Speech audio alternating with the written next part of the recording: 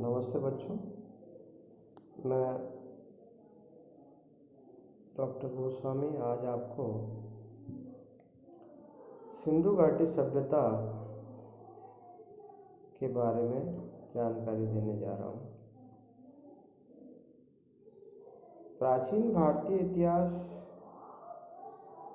का अध्ययन करने पर यह स्पष्ट हो जाता है कि हमारे यहाँ पर दो आधारभूत सभ्यताएं हैं। पहली सिंधु घाटी सभ्यता और दूसरी वैदिककालीन सभ्यता। अब प्रश्न है कि दोनों में संबंध क्या है। यदि गहराई से अध्ययन करते हैं तो हम पाएंगे कि दोनों एक दूसरे से जुड़ी हुई हैं, दोनों एक दूसरे से प्रेरित हैं। सिंधु सभ्यता की खोज का बड़ा रोचक अतीत है। 1921 में दयाराम साहनी द्वारा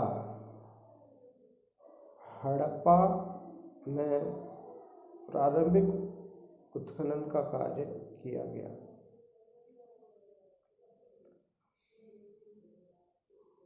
उन्नीस 1922 में राखलदास बैनर्जी द्वारा मोहनजोदड़ो के उत्खनन हो जाने के पश्चात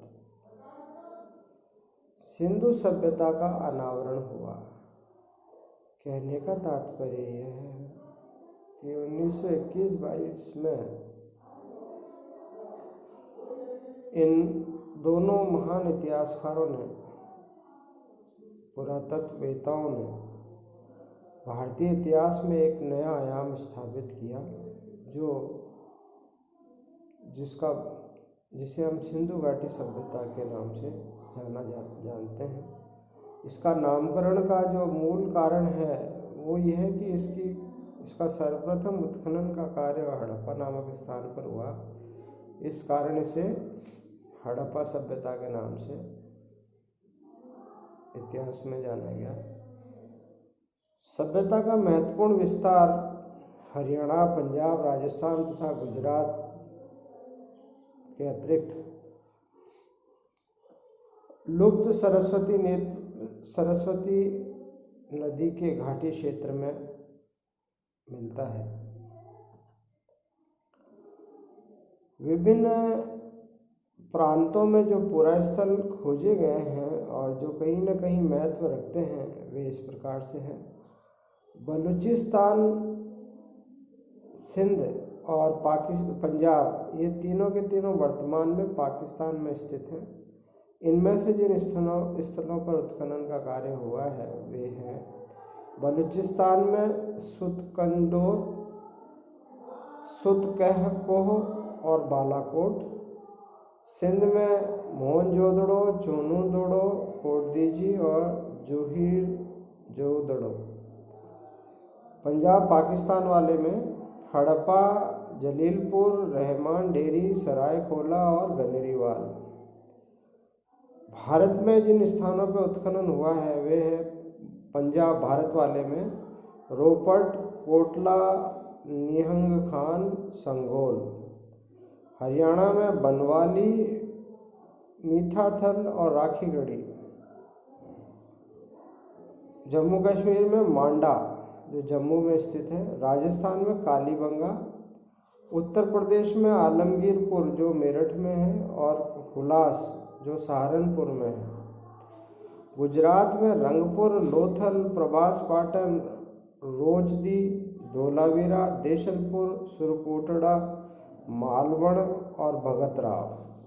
ये वो स्थल हैं जो हमारे अतीत को बहुत ही महत्वपूर्ण जानकारी देते हैं अतीत की। महाराष्ट्र में दैमाबाद जो अहमदनगर में स्थित है। नवीनतम परिगणना के अनुसार सिंधु सभ्यता के लगभग 1400 स्थल हैं, जिसमें से 917 तो भारत में और 481 पाकिस्तान में और 2 अफगानिस्तान में।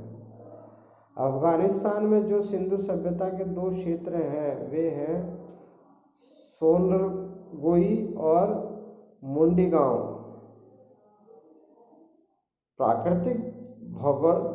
प्राकृतिक या भौगोलिक दृष्टिकोण से देखें तो इसके 3 प्रकार के प्राकृतिक क्षेत्र सिंधु सभ्यता के।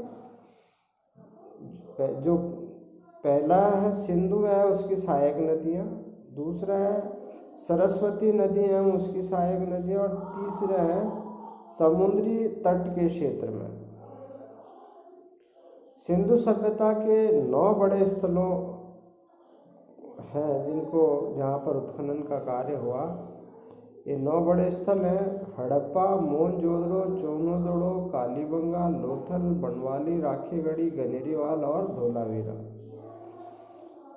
भौगोलिक दृष्टिकोण से देखें तो इसका भौगोलिक विस्तार लगभग 15 लाख वर्ग किलोमीटर में हुआ है, जो पश्चिमी यूरोप के क्षेत्रफल से भी बहुत अधिक है। इस सभ्यता की तुलना मिस्र की नील नदी घाटी सभ्यता और मेसोपोटामिया की दजला फरात घाटी सभ्यता से की जाती है। लेकिन यदि हम दोनों में तुलना करें तो सिंधु घाटी सभ्यता के सामने नील नदी और दजला फरात घाटी की जो सभ्यताएं हैं वे बौनी साबित होती हैं। इसी को मैं कल आगे अपने व्याख्यान में आगे बढ़ाऊंगा। धन्यवाद।